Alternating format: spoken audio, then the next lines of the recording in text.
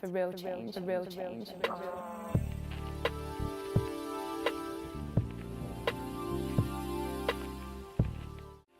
I think one of the most important things I hope to achieve is to get to know other colleagues and how they're meeting their challenges and kind of the ways that they look for solutions to problems, especially in leadership. I'm really hoping to learn from the faculty and also my peers and see how I can develop as a leader. So it's actually inspired me to really think deeply about who I am, not just as a leader, but as a person. Just by connecting me with some really interesting people who have already had some great achievements and who I think will go on to have even greater achievements. The HLA has empowered me to consider leadership in all its shapes and sizes and to recognise that I am also a leader. I like to be pushed a little bit out of my comfort zone, so I think when you start to feel uncomfortable with things, that's a good stimulus for growth. If you're not feeling uncomfortable, then I think you start to stagnate, and I think that's what the HLA offers as an opportunity to do.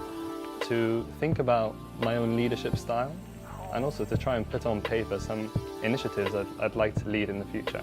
I can develop as a leader of the team that I'm already involved in with MediSense, but also pick up extra skills that will make me more effective in leading medical, clinical teams in the future.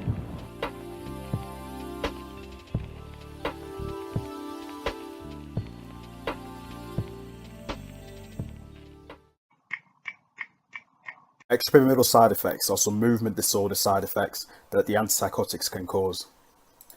They're mainly associated with the older typical antipsychotics, which have a main method of action as dopamine receptor antagonists. Their aim target for the antipsychotic activity is in the mesolimbic pathway, but the extrapyramidal side effects come from their antidopaminergic activity in the nigrostriatal pathway. We can group the side effects in when they will occur after starting the antipsychotic in a patient. For example, if a patient has been on the antipsychotic for days to weeks, they could present with akathisia, an inner feeling of restlessness, or they could also present with an acute dystonia, sustained contraction of a muscle, typically affecting the eye muscles, jaw muscles, or neck muscles. Weeks to months after starting the antipsychotic, the patient may develop Parkinsonism, with the triad of rigidity, bradykinesia, and arresting tremor. And after several years of being on a high dose of a typical antipsychotic, the patient may develop the severe side effects of tardive dyskinesia, a very distinctive, permanent and repetitive movements of the facial muscles. The reversal agent of antipsychotic extrapyramidal side effects is procyclidine, an anticholinergic drug. So hi, my name is Eamon. I'm a final year medicine at University of Exeter, and I'm joined by Vabi, who's going to be helping me co-host this event. So I'm the SOS community manager, and we're just going to be talking about pediatric UTIs with Connor, as well as how climate change affects disease with Rafaela. Vabi, would you like to talk about yourself a little bit? Yes. I'm Vabi. I'm a fourth year medical student at the University of Birmingham, and I'm Director of Communications for We Are Medics. So check out what we do on Instagram. It's literally at We Are Medics. That's me really in a nutshell.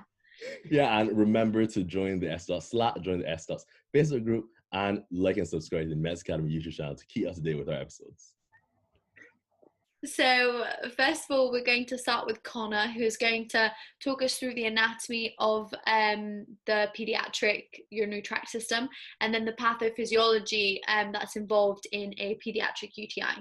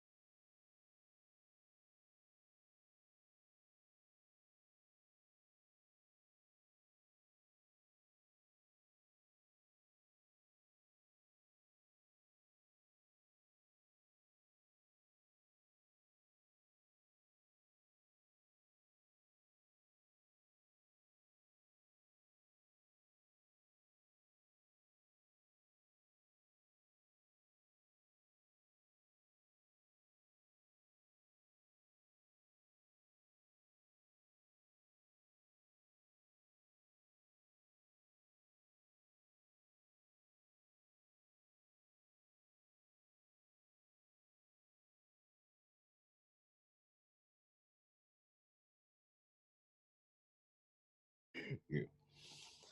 So thank you so much, Connor. I felt I learned so much about anatomy and the pathophysiology of pediatric UTIs. And I'm sure Babby learned quite a bit as well. I actually really like anatomy, so that was quite good fun. Can you say fun when it's learning anatomy? But yeah, that was great. Thank you. And now we'll be going on to the presentation and investigation of pediatric UTIs. So I'm looking forward to it. I'm sure Babby's looking forward to it. So I think you should be too. Yes.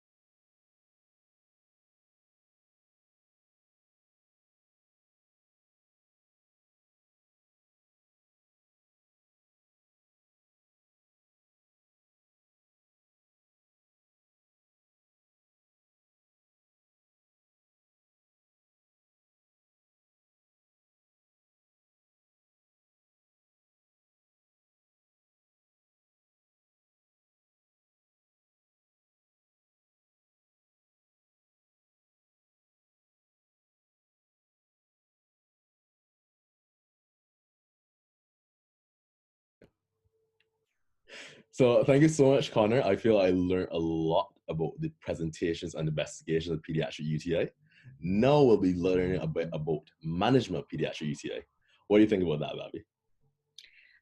Well, for anyone who was watching the chats that me and Eamon had before, I actually am now starting a job in an emergency department in a pediatric hospital. So I'm really looking forward to seeing the management side of things, because I think I'll be using the information that we just learned about presentation and investigations, but the management will probably be the people much, much more above me. But it's good to have that in the back of your head. So I'm really looking forward to seeing that. Yeah, so definitely keep on watching, guys, and also remember to join the Medics.Academy Slack, the S.Docs Facebook page, as well as the Medics.Academy YouTube channel.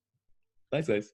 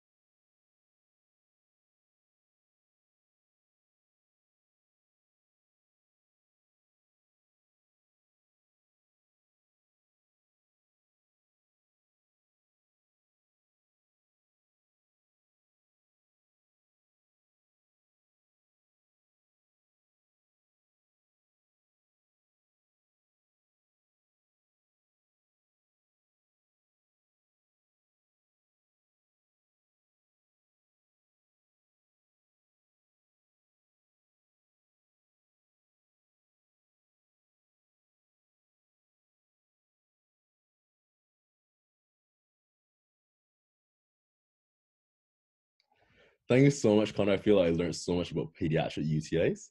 Now we'll be going on to Rafaela, who's going to teach us about how climate change affects our health. Thoughts, Babi? So it's not something that I've actually thought, those are the two areas that are really important, I think, to everyone. But I've never put them together. So I'm really looking forward to seeing how they fit, because climate change is obviously such an important thing, and it's happening right now and it needs to change. And healthcare, everyone hopefully who's watching this video has some form of passion in healthcare or is doing something related to healthcare. So I think it's two topics that just have to be fused together, but I'm really excited to learn about it.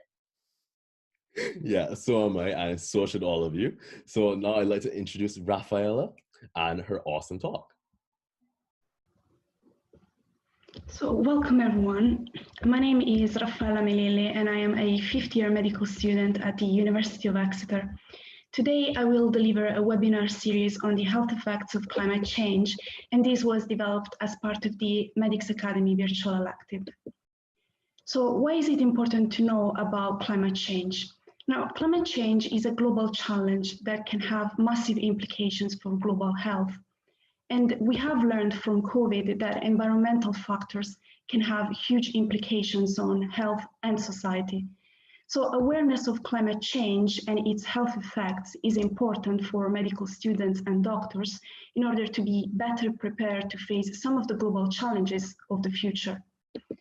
So this webinar series is divided in 3 parts. In part 1, we will cover an introduction to climate change and the health consequences of the warming climate. In part 2, we will cover the health consequences of air pollution and infectious diseases. And finally, in part 3, we will cover the nutritional changes and some principles of climate change policies. So for now, we will focus on part 1. So some key facts to get started. The overall health effects of climate change are overwhelmingly negative. Climate change tends to affect the social and environmental determinants of health. So for example, the quality of air, access to safe drinking water, food security, and shelter. It is estimated that climate change will cause 250,000 deaths per year between 2030 and 2050 from things such as malnutrition, malaria, diarrhea, and heat stress. And the areas with weak health infrastructures, so mostly developing countries, will be the less able to cope with these changes without any assistance. So finally, reducing emissions of greenhouse gases through better transport, food and energy use choices results in benefits not only for the environment, but also in improved health, as we will see. So when we think about climate change, there are 4 main primary elements that cause the health effects we see. These include higher temperatures, higher atmospheric CO2, sea level rise, and floods and droughts. And this can cause direct health effects or exacerbate existing medical problems. So when we talk about global warming, we are talking about the global average temperature. And this has increased by approximately 1 degree Celsius since the end of the 19th century. And it is likely to increase by at least 2 degrees Celsius by the end of this century. And one key thing to notice is that when global temperature rises, this does not happen equally everywhere. So places like the northern parts of the planet, as well as parts of Brazil and Australia, are warming many times faster than the tropics. The underlying process that drives global warming is the greenhouse effect. So this means that there are gases in the atmosphere which trap heat, and in so doing, they allow the heat energy coming from the sun to not be lost in space, but to remain in the atmosphere. And this is what makes the climate on the planet what it is. Some of the most important greenhouse gases are carbon dioxide, methane, and nitrous oxide. And CO2 among all of these is the most common greenhouse gas by volume. We know there is a strong correlation between CO2 and temperature because of the greenhouse effect. And as CO2 increases, temperature also increases. So we also know that increases in CO2 levels have been associated with increases in global average temperature, leading to a climatic shift towards hotter weather and more recurrence of hot weather. And this occurs because as concentrations of CO2 and other greenhouse gases increase in the atmosphere, because of the greenhouse effect, the amount of solar radiation that gets trapped also increases, and then there is an increase in global temperature. So it makes sense to expect that adding greenhouse gases into the atmosphere in the future will warm the planet even more. There are several factors contributing to the overall surface temperature, and you can see from this plot that greenhouse gas derived from human activities is the main contributor to global warming, while other factors are substantially negligible. And most of CO2 emissions are generated by burning fossil fuels, such as coal, natural gas, and oil. As for sea level rise, there has already been a rise of 90 millimeters since the early 1990s. And it is expected that the rise will be at least 1 meter and perhaps 2 meters by the end of the century. And this is relevant because 1/3 of the world's population, so that's about 2.4 billion people, lives on a coastal region, and many of the world's largest cities are located on the coast. The two main causes of sea level rise are melting of land ice, firstly, particularly in Greenland and Antarctica, and secondly, thermal water expansion. Thermal expansion of water happens because more than 90% of the atmospheric heat is absorbed in the ocean, and as water warms, it tends to expand. So again, one important thing to notice here is that rates of sea level rise is not homogeneous, is not a homogeneous process, and some places are more affected than others. As global temperatures increase, there is also an increase in extreme weather events, both in terms of intensity and frequency. And this is because warmer air holds more water, and where that air with more moisture is ready to rain, it rains in greater amounts, potentially leading to floods and natural disasters. At the same time, warmer temperatures also cause more evaporation and drying of land, leading to desertification. So this may seem contradictory, but once again, this process is not uniform across the globe, and places that already tend to get more precipitations will get even more, tending towards floods, while places that tend to get less precipitations will get even less, tending towards droughts. So climate models suggest that rainfalls will become more intense in places like North America, Europe, and Asia. So the take-home messages so far are the 4 primary drivers that from climate change lead to health outcomes are warmer temperatures, greenhouse gases emissions, sea level rise, and extreme weather events. The largest contributor to climate change is emission of greenhouse gases from human sources, and all the climate processes we have seen are not spread homogeneously across the globe. So now we will start looking into the health outcomes of climate change in detail. And when thinking about health outcomes of climate change, it is useful to divide them in 4 groups. And this classification is not exhaustive by all means, but includes the main outcomes we'll talk about. So the first group includes health outcomes of heat, such as heat-related illness. The second group includes health outcomes associated with air pollution. The third group includes infectious diseases, which are driven by things such as rising temperatures, precipitations, and biodiversity loss. And the fourth group includes the nutritional outcomes resulting from changes in crops and fishing products. So in this first part of the webinar series, we will cover the health outcomes of increased heat. So let's start with heat and health. The amount of global population exposed to heat is increasing due to climate change, and the temperatures are increasing in frequency, intensity, and duration. So it is estimated that between the 2000 and 2016, the number of people exposed to heat waves increased by 125 million. And we know that heat waves are associated with increased mortality. If there is no substantial move from fossil fuels and the planet warms by 4 degrees Celsius in the worst case scenario, 3/4 of all people will experience lethal heat waves by the end of the century. And as global temperatures continue to increase, more people will be affected by health consequences associated with extreme heat. The heat exposure pyramid shows a range of health effects caused by heat exposure and the proportion of population that may be affected. So the wider the pyramid is at each level, the more people are likely to be affected by that specific health effect.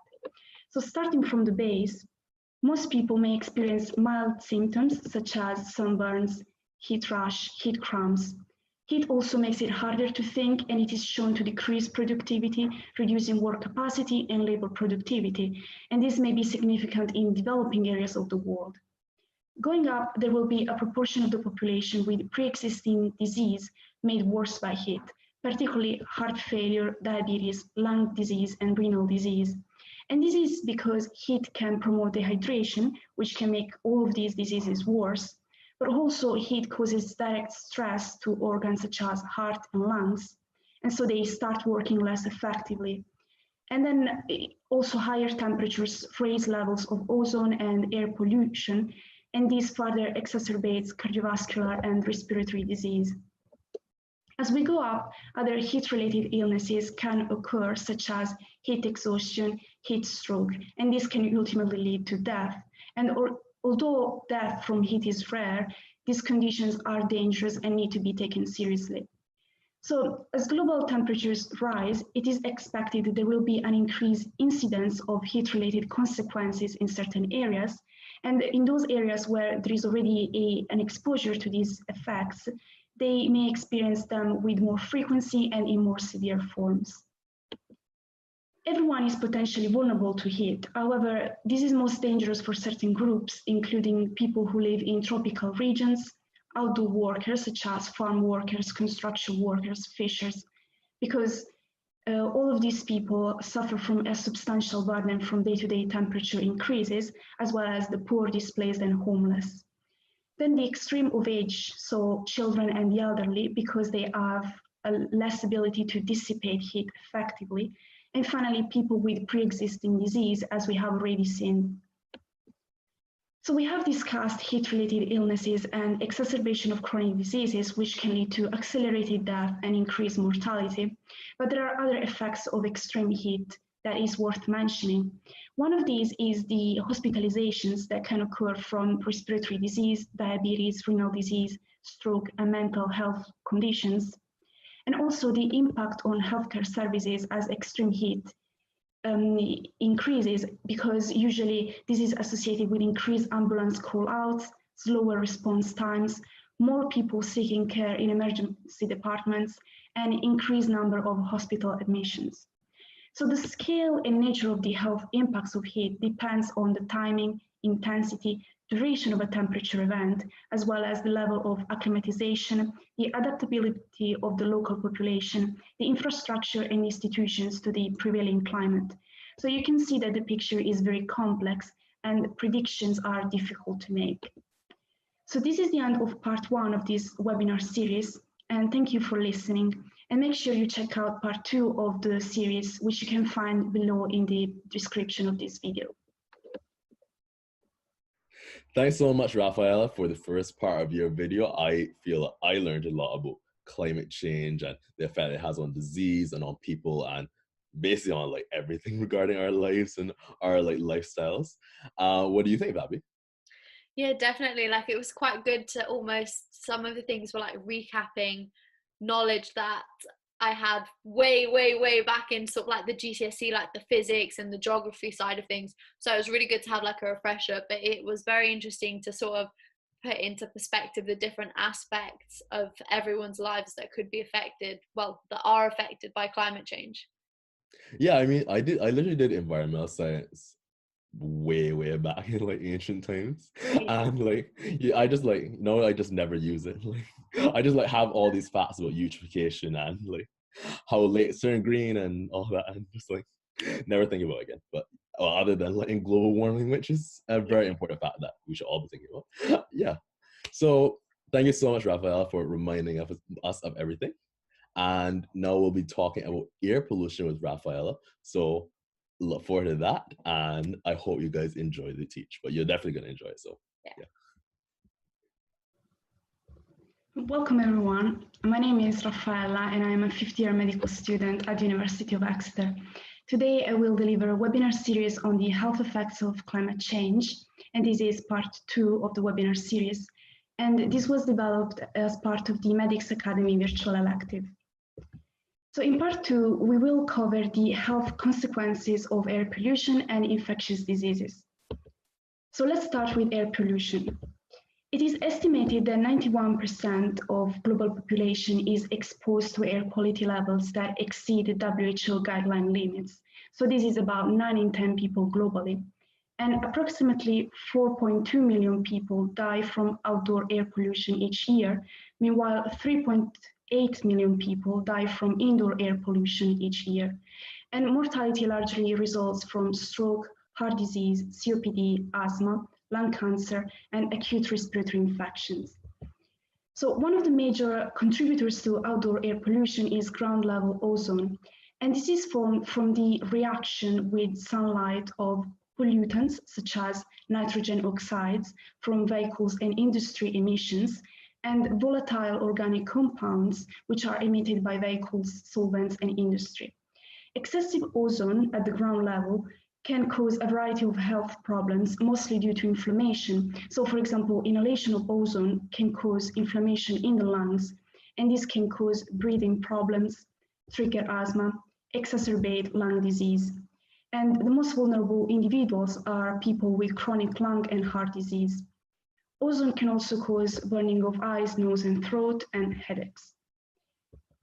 Particulate matter is another important air pollutant, and this is a complex mixture of small solid and liquid particles suspended in the air. There are different types classified according to diameter of the particles, and one of the most dangerous ones is PM2.5, which means it is 2.5 microns in diameter. And this can, because it's so small, it can penetrate and lodge deep inside the lungs, entering the bloodstream. So research has shown that inhalation of particulate matter can be deadly by causing heart attacks and strokes. Also, chronic exposure can cause cardiovascular and respiratory disease and lung cancer. Particulate matter can be produced by combustion of fossil fuels, wildfires, burning domestic fuel for cooking and heating, and industrial emissions as well. So now let's move on to discuss infectious diseases. There are many infectious diseases, but we will look at malaria specifically and use it as an example to explain some of the changes that may be seen in the spread of vector-borne disease in the context of climate change. So malaria is a parasitic disease transmitted through mosquito bite. And although malaria is fatal in about 0.3% of cases, it represents a major global challenge. In fact, more than 200 million people each year contract malaria, and this is mostly in lowland tropical areas. And more than 400,000 people die, and this is mostly young children. And climate change matters to vector-borne diseases such as malaria for many reasons. First of all, insects are ectotherms, which means they're cold-blooded. So this means they're sensitive to the temperatures of their surrounding environment. So their biological processes, such as metabolic rates, development rates, reproductive rates, are all dependent on temperature. At the same time, the parasites carried by the insect vectors are also temperature sensitive, especially in the time the parasite spends developing in the mosquito. However, the relationship between temperature and malaria transmission is complex and shows many nonlinear aspects. So some of these nonlinear aspects are summarized here. Higher temperatures promote both higher mosquito biting rates and faster parasite development.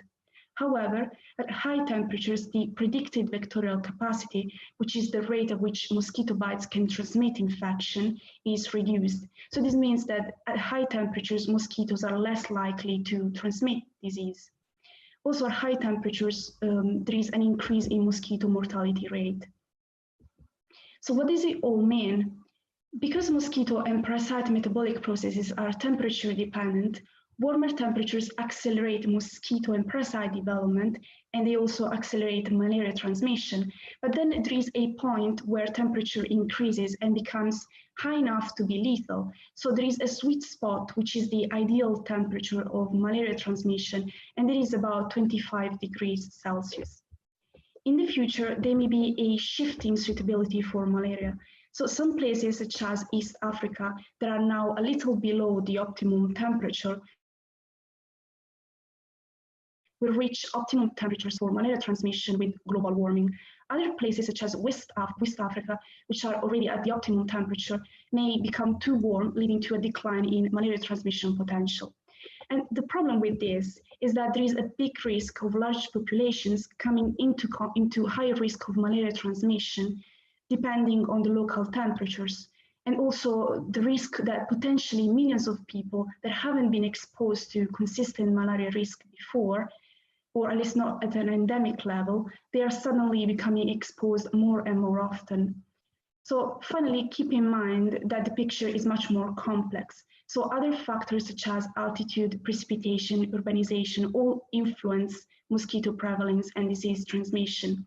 And also, besides climatic factors influencing vector and parasite characteristics, there are also human factors. For example, human interventions that can be implemented to reduce vulnerability to infection.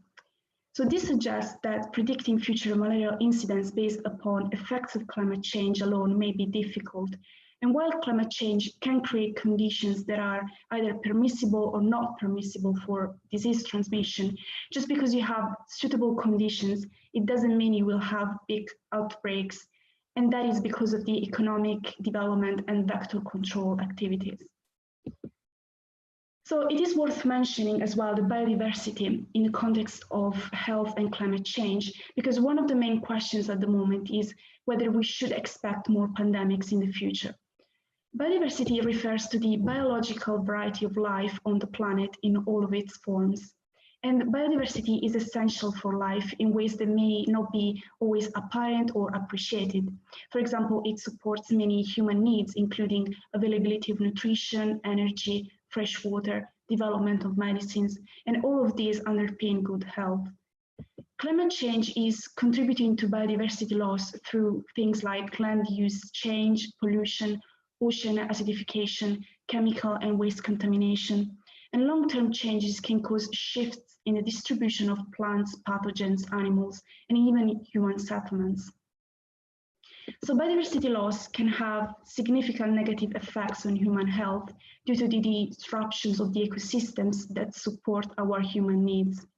For instance, biodiversity loss may mean reduction in the productivity of soil or in the nutritional variety of food that is fundamental for health. Major processes such as deforestation, land use change, water management, urbanization, migration, all of these contribute to shifting in patterns of infectious diseases. Climate change may also lead to a biogeographical redistribution of species towards cooler temperatures. So as a result, we may see animal species moving into areas where humans are prevalent, and this will create a new human-animal interaction and potential opportunities for pandemics to evolve, particularly from zoonotic diseases, although these are still early days for research and predictions are difficult. And then there are also indirect effects, because indirectly changes in the ecosystem service affect livelihood, income, local migration, and of course, in some occasion, it may even cause or exacerbate political conflict. So the main take-home messages that we have covered in part 2 are that there are many air pollutants, including ground-level ozone and particulate matter. The groups most vulnerable to air pollution include the elderly and people with chronic disease. Relationship between climate change and infectious disease is complex, but a redistribution of vector-borne disease is likely based on the local temperatures. And also, incidence of new diseases may be possible as a result of biodiversity loss. So this is the end of part 2. Thank you for listening, and make sure you check out part 3 of this webinar series, which you can find below in the description of this video. Thanks so much, Rafaela. I feel like that was a really interesting talk. And what do you think, Babi? Yeah, I mean, the part about the mosquitoes and malaria, it makes sense, but I never I never pieced it together because I don't know, I just never thought about malaria. But it's really interesting that, you know, you increase the temperature and a lot of the creepy crawlies come out, and the diseases that they carry with them are sort of, it is their festival. That is, so that was really interesting to see and to hear about. So I'm definitely a bit more aware of the impacts that climate change can have literally on diseases that I just didn't really put together. Yeah, definitely. I mean, literally, as a person that comes from a hot country, like we have so many mosquitoes. I get bitten so much, and when you come back to England, it's just it's quite cold, which is refreshing.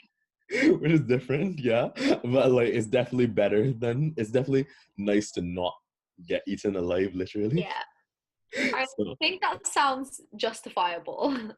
Yeah, so thank you so much, Rafaela.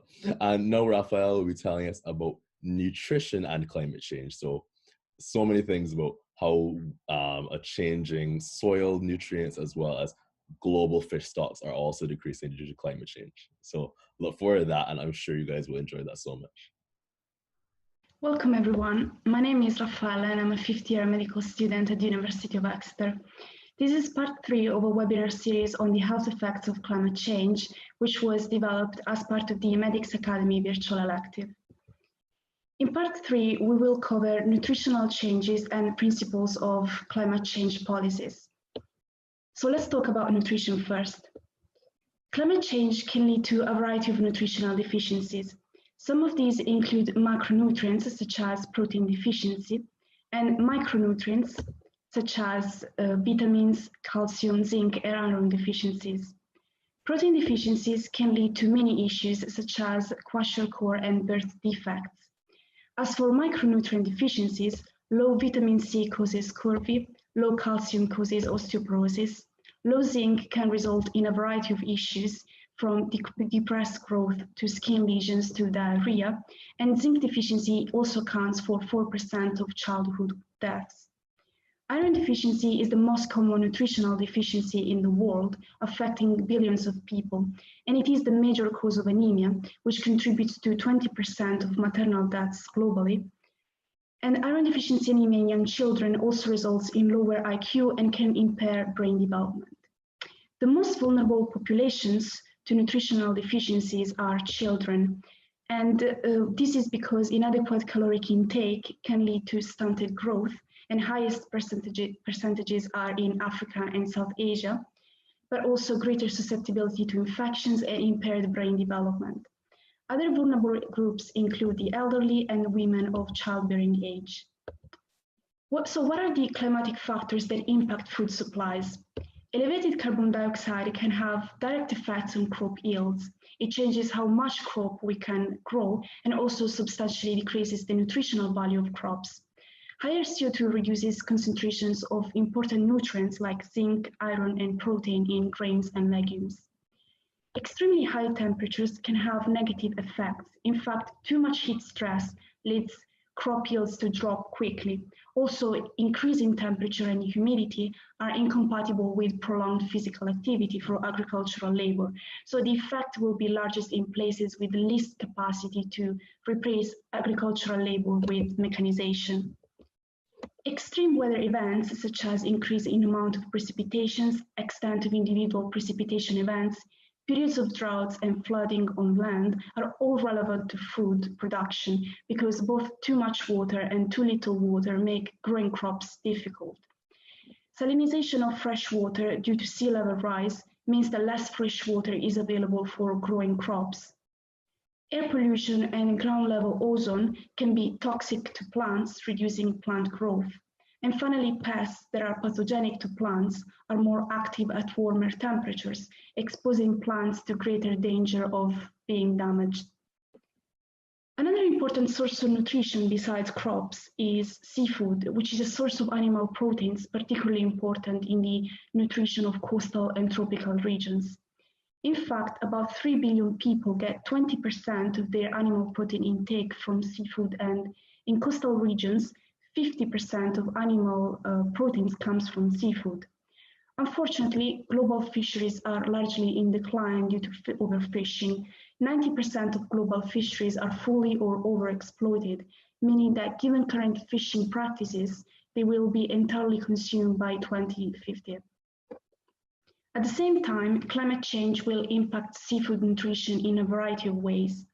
Since 90% of excess heat is absorbed into the oceans, as we've seen in part 1, this added heat is making regions of the tropics too hot for the fish to live, and so the fish are migrating towards the poles. As this happens, people along the equator, which are coincidentally also the most food insecure people on the planet, will have less access to some of their traditional foods, particularly seafood. Another reason is ocean acidification due to the direct effect of CO2 dissolving in the oceans, which affects fisheries and access to seafood. In fact, more acidic oceans cause dissolution of the coral reefs, And these coral reefs serve as habitats for many fish. So as the reefs disappear, the fish lose their habitats. And this affects particularly those communities that subsist on seafood captured just offshore in the tropics. So what will be the effects of climate change on nutrition? We currently have around 800 million people in the world who don't get enough to eat on a daily basis, and around 2 billion people who suffer from micronutrient deficiencies. Due to changes in nutrition, there will be people not currently affected who will fall below the estimated average requirement for a given nutrient and become a risk of deficiency. It is estimated that 150 million people will be at new risk of protein deficiency, and effects of protein loss will be most severe in Southern and Southeast Asia. And these effects will be most pronounced for the poorest people in the country because they are least able to afford animal protein. Between 152 to 200 million people will be pushed into new risk of zinc deficiency, and greater prevalence will be in sub-Saharan Africa, Middle East, and India. As for iron, about 60% of people who are vulnerable to iron deficiency will lose 3.8% or more of their total iron intake. And again, all of these outcomes reflect changes in diet because people are consuming crops that are losing their nutritional value due to higher CO2. We may also see dietary shifts in certain populations. The many pressures on reefs and fisheries around the globe are forcing the coastal port to find alternative food sources. And among inhabitants of small island states, the next available option may be highly processed and caloric foods that are typical of the Western diets, and that it is the same food that has spurred the global rise in obesity. So to conclude, we have seen that human activity is the largest contributor to climate change. And that means the human behavior is also the largest modifier of the health impacts of climate change. The three main ways through which human action can reduce the effect of climate change on health are adaptation, mitigation, and health co-benefits. So starting from adaptation, this includes those actions to protect populations from the effects of climate change that have already occurred. Mitigation includes policies to attenuate climate change, particularly reducing greenhouse gas emissions. And then health co-benefits are the health gains from climate-friendly policies and individual behavior. So particularly focusing on the health co-benefits, examples of these include shifting from fossil fuels to renewable energy, resulting in less air pollution, so less of the cardiovascular and respiratory consequences we have discussed in part 2. Shifting in diet from meat to legumes and vegetables results in less premature deaths and less colon cancer. Seeking active transport such as cycling rather than driving helps with heart disease, mental health, obesity, and diabetes. And finally, better insulated buildings means greater energy efficiency in buildings, leading to better air quality in the household. So the final take-home messages are undernutrition, nutritional deficiencies, and dietary shifts are all possible outcomes of changes in food availability. We have seen how climate change leads to drivers that, through a variety of mechanisms, result in many health implications of both individual and global significance. And finally, several interventions can be put in place which have positive effects not only on the environment, but also on human health because of the co-benefits and the coexisting relationship between the two. So thank you for listening. This lecture was a result of the Medics.Academy virtual elective, which I highly recommend to any medical students who are interested in medical education. And to find out more about virtual elective and other ways to get involved with Medics.Academy, check out the description box below. And for any questions, you can find both Medics.Academy and myself on Twitter. Thank you so much, Raphael and Connor. Those were awesome talks, and I definitely hope to hear from you guys at a later date or hopefully sooner in the future. And I feel like I learned a lot about climate. I learned a lot about pediatrics and urinary tract infections. Like I literally, before I did medicine, I would have never thought a urinary tract infection would be so detrimental to health. What did you think about UTIs before like medicine? Do you think they were just like a normal thing that just kind of like went away basically and would not have any like problems. Yeah, to be honest, I thought it was very much like oh, bless you, like that's fine. And do you know what, the thing is, I don't think we get enough pediatric exposure before medical school, obviously, but even throughout medical school. I personally am in my 4th year now, no pediatric experience, no sort of knowledge of pediatric conditions. So if you said to me how common is a UTI in a pediatric patient, or, you know, what would you think of, I would just go brain dead, to be honest with you. So that was really useful. Thank you, Connor, for that. Like, it was great to have just a little bit more confidence in that area. Maybe make a budding pediatric physician out of me, who knows. And yeah, with the climate change, like I said before, 2 very important aspects of life that I never like put together. I obviously know that, you know, climate change has these impacts geographically, and that, you know, futures to come, unsustainability of fossil fuels, all of that stuff, but I never really thought it would be bad for your health. And again, with the nutrition, overfishing, it's something that we've all known about since GCSE times because we've covered it in the syllabuses, but I didn't quite put that in with healthcare. So that was really useful to actually have someone bridge that gap for me. So again, thank you very much. Yeah, like, you guys were awesome and amazing. So thank you so much for teaching for us. And guys, remember to join the S.Dots Facebook group, join the S.Dots Slack, and like and subscribe to the Medics.Academy YouTube channel to keep up to date with our content. Any last words for everyone, Vabi? No, my brain is just so full of knowledge that I can't even think of any last words, but have a lovely day and keep learning. Well, that's great. Thank you so much. And bye, guys. Like, join us for the next episode, and which we'll see on our S.Dots Facebook page. So join that. And yeah, thanks so much. Bye. Bye.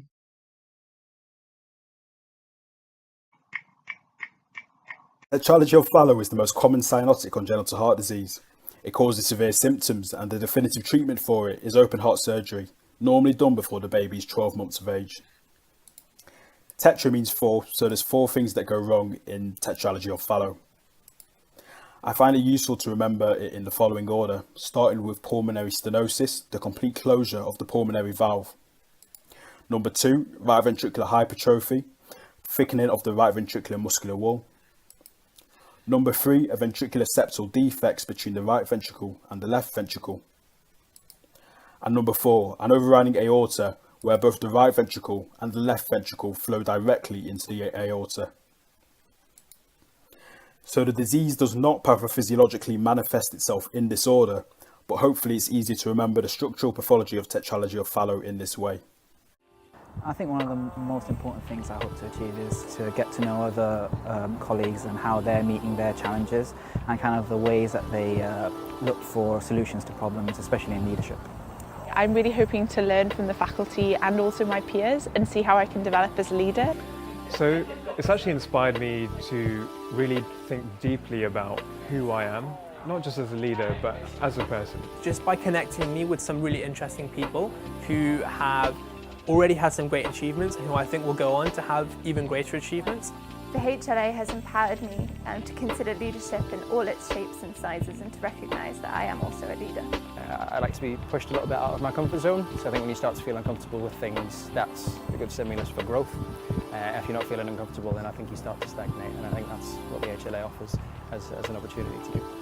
To think about my own leadership style, and also to try and put on paper some initiatives I'd like to lead in the future. I can develop as a leader of a team that I'm already involved in with Medics.Academy, but also pick up extra skills that will make me more effective in leading medical, clinical teams in the future.